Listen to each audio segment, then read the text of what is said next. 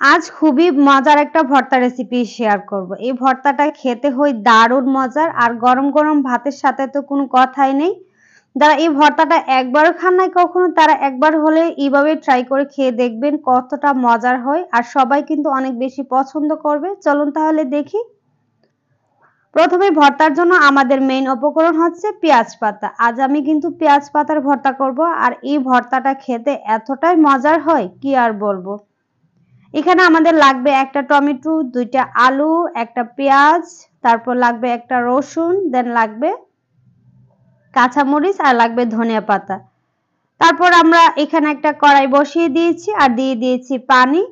তারপর এখানে আমরা যে আলুটা নিয়েছিলাম সে আলুটাকে এখানে দিয়ে দিয়েছি। তারপর আলুটাকে আমরা সিদ্ধ করে নেব 3 থেকে 4 মিনিটের মতো। 3 থেকে 4 মিনিট পর ঢাকনাটা উঠিয়ে তারপর এখানে আমরা দিয়ে দিব পেঁয়াজ কুলি, কারণ পেঁয়াজ কুলিটাকে কিন্তু আমাদের সিদ্ধ করে নিতে হবে। পেঁয়াজ কুলিটা দেওয়ার পর সবগুলো উপকরণ একসাথে মিশিয়ে নিব। মিশিয়ে নেওয়া হয়ে গেলে তারপর ঢাকনা দিয়ে ঢেকে এটাকে সিদ্ধ করে নেব 5 থেকে 7 মিনিটের মতো। 5 থেকে 7 মিনিট পর ঢাকনাটাকে উঠিয়ে তারপর নেড়ে দিব।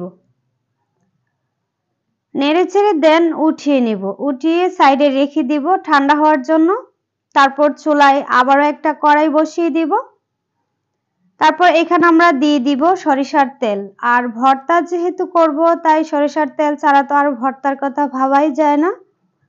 তারপর এখানে আমরা 5টার মতো লাল মরিচ বা শুকনো মরিচ টেলে নেব।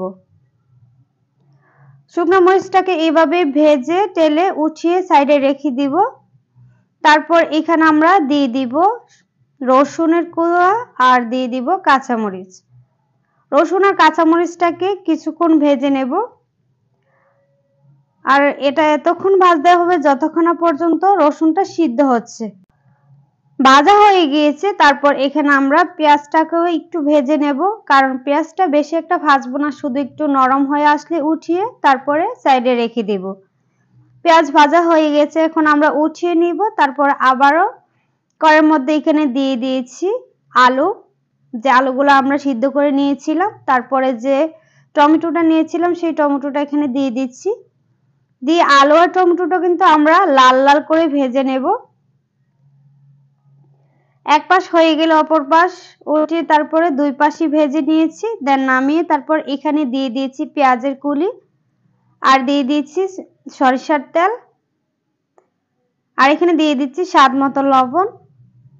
দেওয়ার পর আমি এই পেঁয়াজ কুলিটাকে কিন্তু নরম করে কিছুক্ষণ ভেজে নেব, আর একেবারে বেশি ভাজা যাবে না, বেশি ভাজলে কিন্তু শক্ত হয়ে যাবে। এখন চুলাটা অফ করে দিব। চুলাটা অফ করে আমি ঠান্ডা হওয়া পর্যন্ত অপেক্ষা করব।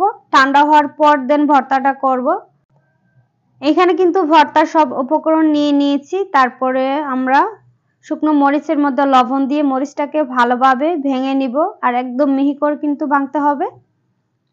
তারপর আমি মরিচ, লবণ, তারপরে কাঁচা মরিচ, দেন আলু, তারপর টমেটো সব একসাথে ভালোভাবে মেখে নিচ্ছি, আর টমেটোর যে বাকলাগুলো আছে ওইগুলো ফেলে দিচ্ছি। ফেলে দিয়ে ভালোভাবে আমি একে একে সব উপকরণ দিয়ে মিশিয়ে নিচ্ছি। কাঁচা পেঁয়াজও কিন্তু আমি দিয়েছি, আর দিয়েছি রসুন, দেন ভেজে রাখা পেঁয়াজ। সব উপকরণ আবারও একসাথে ভালোভাবে মিশিয়ে নিব বা মাখিয়ে নিব। এখানে দিয়ে দিয়েছি পেঁয়াজ কলি। পেঁয়াজ কলিটাও কিন্তু এইভাবে হাত দিয়ে ভালোভাবে ভেঙে দিতে হবে বা মাখিয়ে নিতে হবে। এভাবে মাখানো হয়ে গেলে তারপর এখানে আমি দিয়ে দিব স্বাদ মতো লবণ, কারণ আমরা কিন্তু এর আগেও লবণ দিয়েছি, এবার কিন্তু একটু বুঝে লবণ দিতে হবে। লবণটা দেওয়ার পর মেখে নিচ্ছি। তারপর আমরা এখানে দিয়ে দিচ্ছি ধনিয়া পাতা, আর ভর্তার সবচেয়ে বেশি স্বাদ বাড়ায় হচ্ছে ধনিয়া পাতা।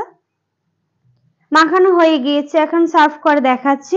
এই ভর্তাটা খেতে কিন্তু অত্যন্ত মজার হয়। যারা একবারও ট্রাই করেন নাই, একবারও হলেও ট্রাই করে দেখবেন। এই শীতের সিজনে কিন্তু এটা পাওয়া যায়।